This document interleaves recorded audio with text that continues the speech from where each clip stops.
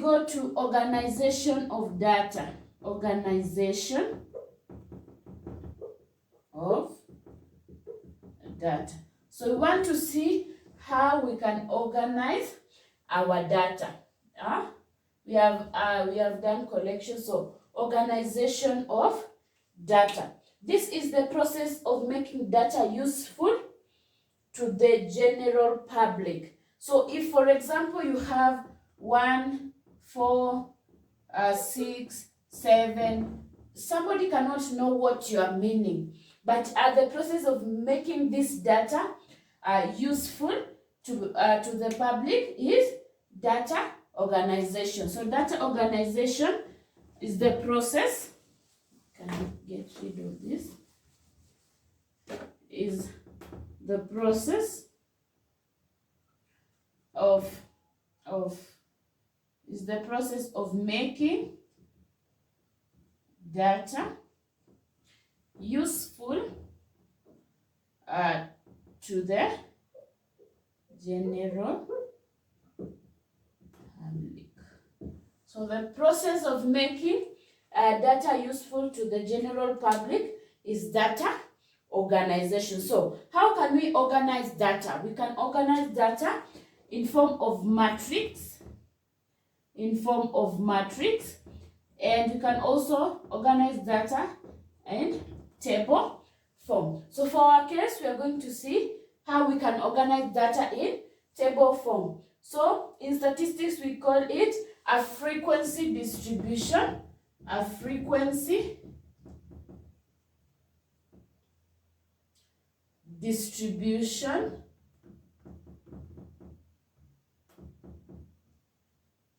table.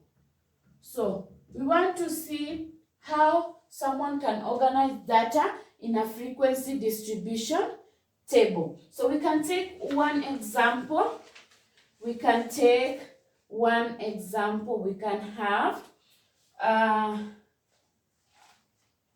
have one example, like, let's take this one. So we have 9. So our data is 9. We have 5, 4, 5, 3, 5, 11, 6, 3, 6, 8, 9, 6, 13, 8, 13, 5, 10. So these are marks for 20 students. So this is data showing marks for 20 students. So this is our raw data. It has no meaning yet. So we want to put it in a frequency distribution table. So a frequency distribution table has a minimum of 3 columns. It has a minimum of 3 columns. So these columns are the item, and then the tally, and we have the frequency.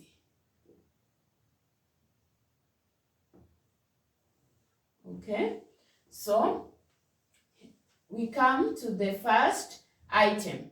So our item here is, we can replace our item, so you can write this is item. So for our case, our item is marks. So you start with the lowest. The lowest, you can see there is 3. You can start with 3.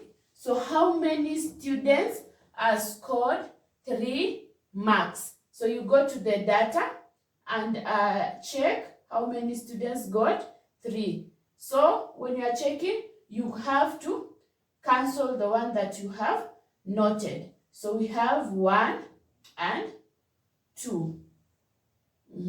So when you tally 2 and you write a frequency of 2. So this is slanted 1, like, 1 represents 1. But it's not as straight, it's slanted. So we go to next. 4.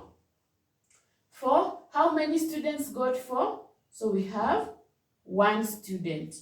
So we have 1 student. For 5, how many students scored 5? 1, 2, 3, 4, 5. So for 5, you tally 1, 2, 3, 4, then 5. Then you write 5. 6. How many students got 6?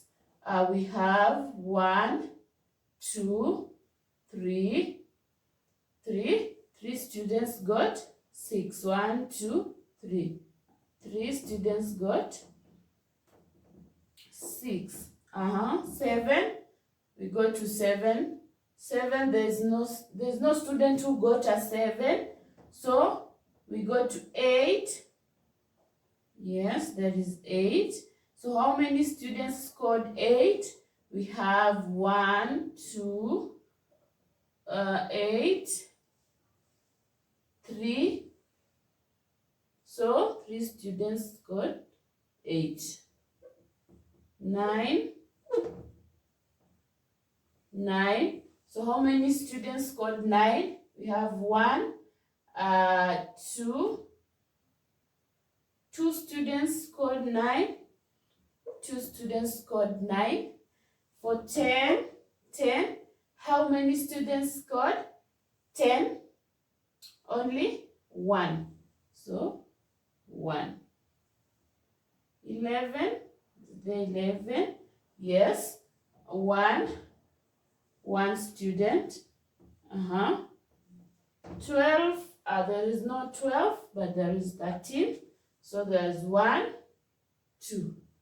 We have 1, 2.